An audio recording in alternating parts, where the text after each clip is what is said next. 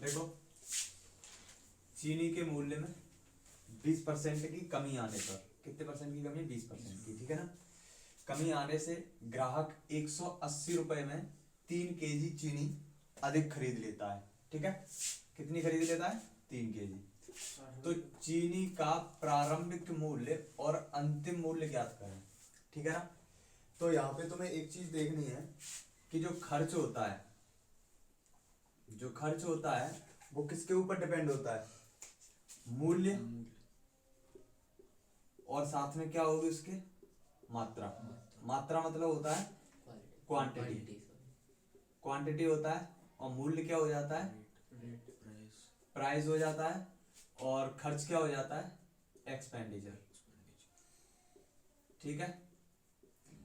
अब वो कह रहा है जब खर्च है ये, ठीक है ना, तो अब उसे खर्च ही तो निकालना है। तो मूल्य क्या दिया उसने? 20% की कमी, ठीक है ना। तो यानी जो 20% की कमी है वो क्या है? 1/5। अब वो कह रहा है कि कमी आ रही है, तो इसका मतलब 5 से कितना हो रही है? वो 5 से कितना हो रही है? 1/5 होती है कि 1/4 होती है? 5 से कितना हो रहा है? 4। 4। अब ये तो पहले वो 5 रुपए में कितनी खरीद रहा था? मान लो 5 रुपए में, पहले वो 5 रुपए के हिसाब से खरीद रहा था। कम होने के बाद क्वांटिटी से कितनी मिल रही थी? 4। लेकिन अब वो उसका रिवर्स हो जाएगा तो कितना हो जाएगा? रिवर्स कमी है ना, कमी की वजह से रिवर्स हुआ। तो इन दोनों का जो अंतर है वो कितना आया? इन दोनों का अंतर कितना आया? एक। कितना अंतर आया? एक। अब 1 बराबर उसने कितने अंतर? एक के अंतर से ही तो खरीद रहा है वो। यहाँ पे तुम्हें अंतर कितना दिख रहा है? पहले वो 5 से 4 था, लेकिन अब वो 4 में 5 खरीद रहा है। पहले उसे लॉस हो रहा था, अब क्या हो रहा है? प्रॉफिट होने लगा, उसे उल्टा कर दिया। तो 1 बराबर कितना आया? कितना आया? 3 केजी का ही तो अंतर पड़ रहा है एक रेशियो में। तो मुझे बताओ कि 3 केजी के हिसाब से वो 4 का मल्टीप्लाई इसमें करेंगे तो कितना केजी खरीद लेगा? 12 केजी खरीद लेगा। लेकिन इधर कितना खरीद लेगा? कितना खरीद लेगा? 15। ये है बाद का, और ये हो गया पहले का, ठीक है ना। तो पूछा क्या उसने? प्रारंभिक मूल्य। अच्छा कितने रुपए में खरीद रहा था? 180 रुपए में। तो जितने रुपए में जो खरीद रहा था, कितने रुपए के हिसाब से कितना केजी खरीद लेगा? 12 केजी। यदि ये 12 केजी खरीद लेगा इतने रुपए में, तो कितने रुपए पर केजी हो गया? 15 रुपए पर केजी हो गया कि नहीं हो गया? ये तो हो गया क्या? प्रारंभिक वाला, है ना। लेकिन अब अंतिम प्राइस क्या हो गया उसका? अंतिम जो मूल्य है वो क्या हो जाएगा? वो अंतिम मूल्य कितना है? कितना केजी खरीदा उसने? 15 केजी। कितने रुपए में? 180 में। तो कितने खरीद लेगा वो? 12 केजी। यानी पहले वो 12 केजी खरीद रहा था, लेकिन अब जब 20% की कमी आ गई तो वो कितना केजी खरीदने लगा? 15। तो आंसर प्रारंभिक कितना हो गया? 15। और अंतिम कितना हो गया? देखो सेबों के मूल्य में 25% की क्या हो रही है? वृद्धि हो रही है, ठीक है ना। तो 25% वृद्धि बराबर 1/4, ठीक है ना। यानी जो मूल्य है और जो मात्रा का जो रेशियो बना वो बना 4 से 5 का, है ना। तो अब क्या बन जाएगा इसका रिवर्स होके? 5 से 4। अंतर कितना आया? 1 बराबर कितना है? 10। अब 10 है तो वो कितने खरीद लेगा? 50 से। इधर कितने खरीद लेगा? 40 से। बात सही है। कितने रुपए का, कितने रुपए में चल रहा है? 300 रुपए का। तो 300 रुपए में जो प्रारंभिक मूल्य है वो क्या होगा? 50, है ना। अच्छा वो किसकी बात कर रहा है? दर्जन की बात कर रहा है ना। तो दर्जन में कितने होते हैं? 12। लेकिन ये किसकी निकली है? एक सेब की एक से चाहिए कितने की 12 की दर्जन की ना। तो 300 बटा 50 और मल्टीप्लाई में कितना हो जाएगा 12। तो कितने खरीद लेगा 72 रुपए प्रति क्या हो जाएगा दर्जन। ये तो हो गया कौन सा प्रारंभिक वाला। अच्छा अंतिम वाला कौन सा था, वो था कितना है 300 कितने पे 40 पे, मल्टीप्लाई में क्या हो जाएगा 12।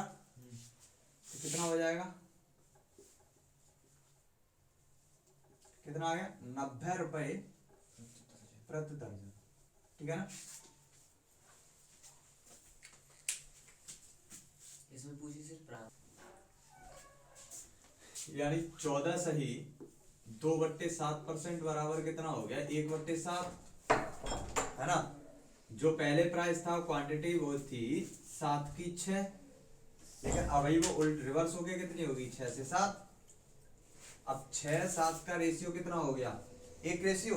अब 1 रेशियो बराबर कितना आ गया 2 kg। अब 1 रेशियो बराबर 2 kg हो गया तो कितना खरीद लेगा 12 kg। इधर कितना खरीद लेगा 14 kg। लेकिन उसने क्या रखा है कि 150 रुपए में 2 kg चीनी अधिक खरीदता है, तो वो 12 kg 150 रुपए में कितनी खरीद लेता, तो वो खरीद लेता 12.5 रुपए पर केजी। यानी उसका जो प्राइस निकला वो निकला 12.5 रुपए पर केजी। ये था आपका प्रारंभिक वाला जो शुरुआत में था। लेकिन जो नया मूल्य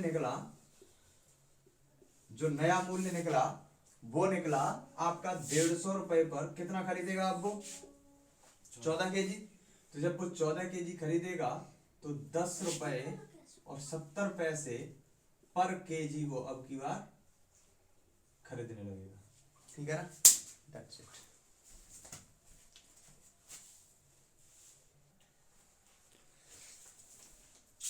देखो जब भी तुम्हें इस टाइप का सवाल मिले तो सबसे पहले आपको ये गौर करना है कि वो किस किस में वृद्धि कर रहा है और किसको क्या बढ़ाना चाहता है। केवल आपको 2 बातें याद रखनी है। क्या याद रखनी है, ये क्या हो गया आपका खर्च, उसके बाद में ये क्या होगा यहाँ पे मूल्य, और यहाँ पे क्या होगी मात्रा। ठीक है ना। तो मुझे बताओ इसमें कहीं भी मात्रा की बात की गई है, नहीं की गई। उसने किस किस के बारे में बोला है, एक तो खर्च के और एक मूल्य के। अच्छा मुझे बताओ मूल्य में बढ़ रहा है 30%, यानी मूल्य ये है, यहाँ कितना बढ़ रहा है 30%। यदि ये 30% बढ़ा तो कितना हो जाएगा बढ़ के 100% था, 30% बढ़ा तो टोटल कितना हो गया 130%। अच्छा खर्च कितना बढ़ रहा है उसका 10%। ये 10% बढ़ेगा तो 100 से 10 बढ़ेगा तो कितना हो जाएगा 110%। अच्छा एक बात बताओ यहाँ पे कितना खर्च खपत में कितनी कमी आ गई। देखो पहले वो 130 था, बढ़ गया उसका मूल्य, अब खर्च कितना बढ़ेगा 110। अब पहले मूल्य था उसका 100, पहले तो 100 था, लेकिन 100 से अब बढ़ के 130 हो गया, तो उसने अपने खपत में कमी करने के बाद 10% खर्च को रखा है। तो कितना यहाँ से कितना अंतर आया 20 का। अच्छा अंतर किस पे आएगा, खर्च पे या मूल्य पे, तो वो आएगा मूल्य पे, क्योंकि सारी वैल्यू हमारी कहां पे टिकी है मूल्य पे। तो मूल्य कितना है 130, मल्टीप्लाई में क्या हो जाएगा 100। अच्छा 0 से क्या हो गया कट गया, तो जो निकला वो कितना परसेंट की कमी आएगी 200/13% की कमी रहेगी खपत में, तब उसका खर्च बैलेंस हो पाएगा। ठीक है ना, ओके।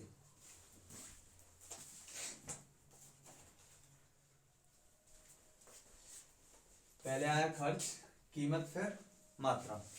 अब क्या क्या है, पेट्रोल की कीमत में 28% वृद्धि हुई और व्यक्ति अपने खर्च में केवल 22% बढ़ाना चाहता है। ठीक है, इस बात को ध्यान रखना।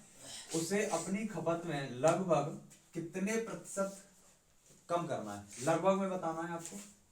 तो देखो खर्च को वो कितना डिपेंड कर रहा है 22% का, यानी लगभग कितना हो गया 122%, ठीक है ना।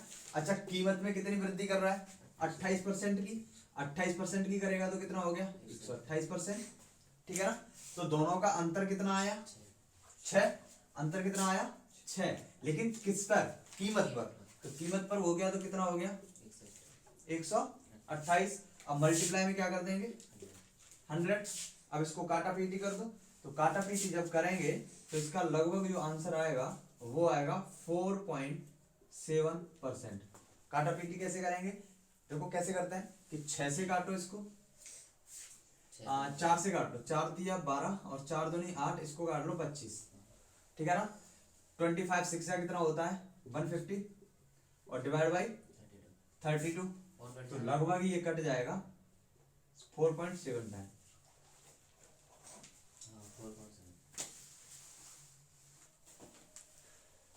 इस सवाल को देखिए, एक सिनेमा घर की आय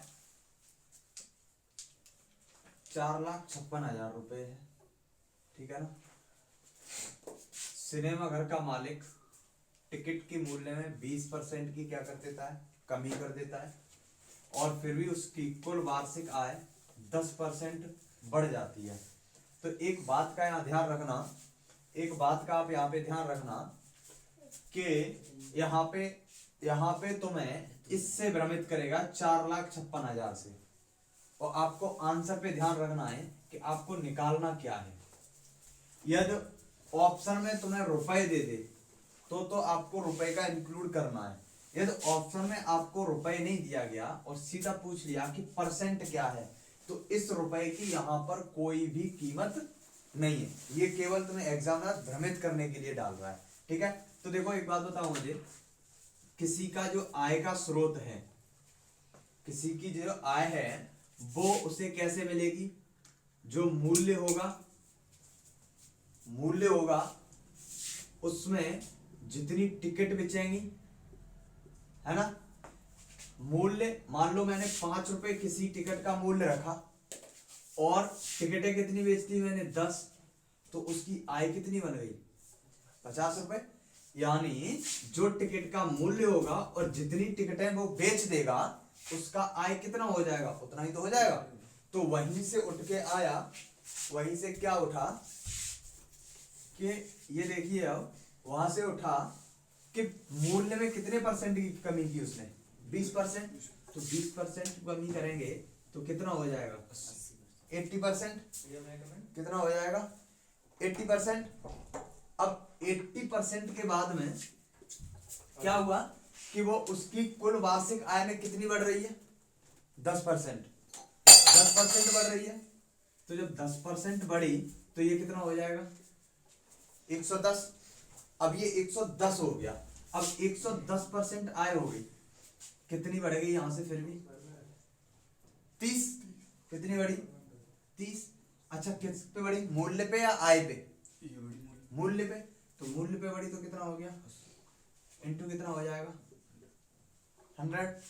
4 से काट दें इसको, 1 0 से 1 0 गया, 4 दूनी 8, ये कितना हो गया 25, 25 दिया कितना हो गया 75/2, यानी कितना आ जाएगा 37.5% क्या हो जाएगी उसकी टिकट की बिक्री में क्या हो जाएगा परिवर्तन आ जाएगा, ठीक है ना। ओके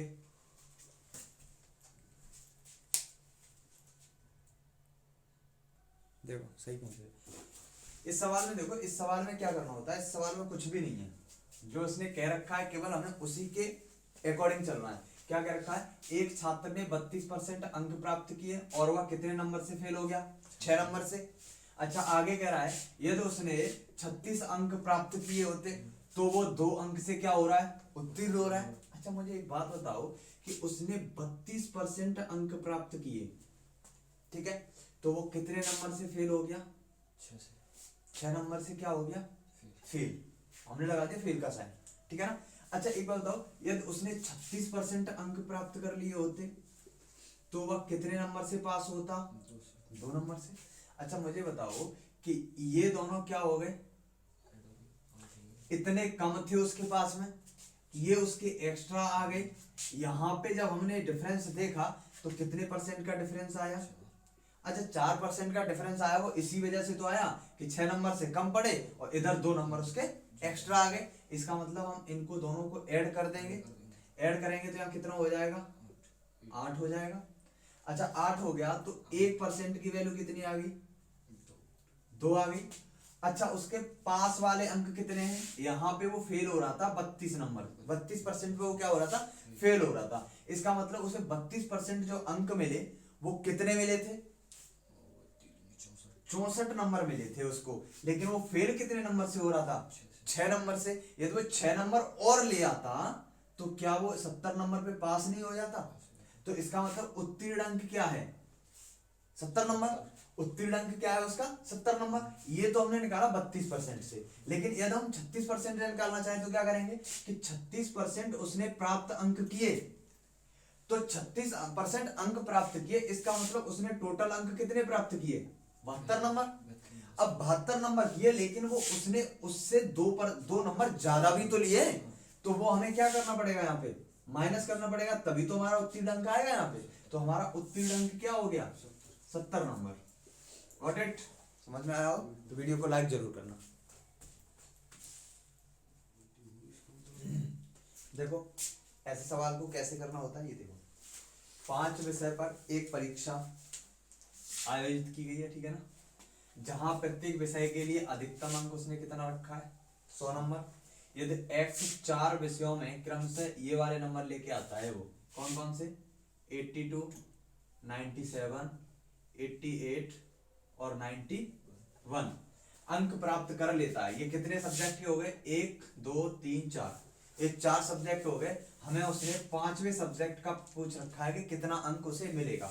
तो इसमें हमें करना क्या है कि केवल इसमें ये देखना था कि उसे कुल अंक कितना मिल रहा है, 90%। अच्छा मुझे बताओ, उसे 90% अंक मिल रहा है, इसका मतलब उसे 5 सब्जेक्ट में 90% के हिसाब से ही मिला होगा।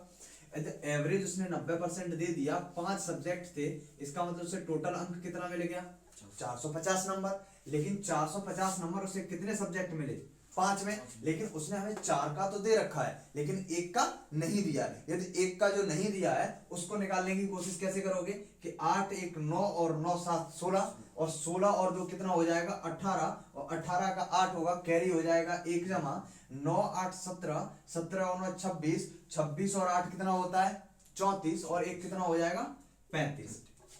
कितना आ गया आपका, 358। कितना आ गया ये, 358। अब 358 यहां से हम क्या कर देंगे, माइनस कर देंगे। अच्छा एक बात बताओ, माइनस कर देंगे तो यहाँ पे कितना बचेगा, 2, और यहाँ पे कितना बचेगा, 9। ये तो हो गया तुम्हारा आंसर। लेकिन मैंने कहा इतना भी करने की आपको आवश्यकता इसमें नहीं थी। क्यों नहीं थी, उसका कारण ये है कि मुझे बताओ, यहां से तुमने मल्टीप्लाई किया तो यहाँ पे आंसर कितना आता, 450। यहाँ पे आंसर तुम्हारा 450 आता। मुझे एक बात बताओ, यहाँ से यूनिट डिजिट देख लो कि 9 7 और 2 कितना होता है, 9, और 9 और 8 कितना होता है, 17, और 17 और 1 कितना होता है, 18। इसका मतलब जो हमारा यूनिट डिजिट थी वो कितनी आने वाली थी, 8 इनके योग से। लेकिन यहाँ 0 से हम इसको माइनस करते यूनिट डिजिट को, तो यहाँ पे क्या हमें 2 नहीं मिलने वाला था, क्या यूनिट डिजिट में हमें 2 नहीं मिलने वाला था। यदि हमें ये 2 मिलने वाला था तो हम जब ऑप्शन पे जाते, क्या यहाँ पे 2 है, नहीं है, इसका मतलब ये ऑप्शन नहीं हो सकता। क्या यहाँ पे 2 है, यहाँ भी नहीं है, ये भी नहीं हो सकता, यहाँ पे भी नहीं है, इसका मतलब ये भी नहीं हो सकता। और एक ही जगह हमें 2 ऑप्शन में मिल रहा है, जो यूनिट डिजिट है वो 92। इसका मतलब आंसर क्या हो जाएगा हमारा ये। तो हमें ये सारी रामकथा करने की आवश्यकता नहीं थी, केवल हम यूनिट डिजिट से भी इस सवाल को सॉल्व कर सकते थे, ठीक है ना।